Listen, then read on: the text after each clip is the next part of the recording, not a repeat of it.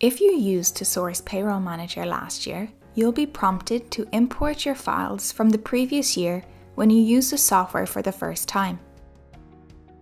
To import both your company and employee details at the same time from the previous year, click Import from last year's payroll, or alternatively, go to File and then Import Files from 2021.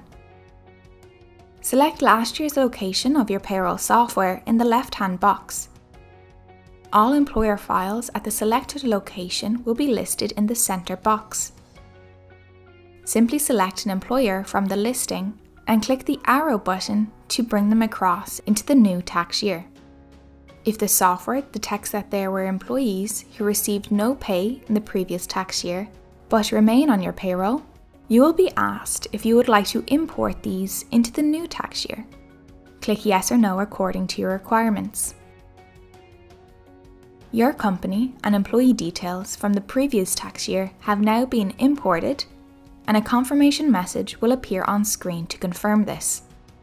If any benefit in kind has been brought forward from the previous year, it will also be brought to your attention that under PAYE modernisation, all employees imported will be placed on emergency tax until a revenue payroll notification is retrieved for them.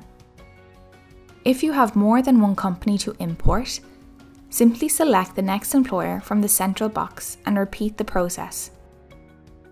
Please note, if a user attempts to import a company that has already been imported, a warning prompt will appear to inform the user of this. Importing a company again will overwrite any payroll processed for that company and will reset the payroll files back to the start of the year. If the user does not wish to do this, they must select No to cancel the process. Once you have imported the companies you need, simply go to File, then Open Company to access your employee files.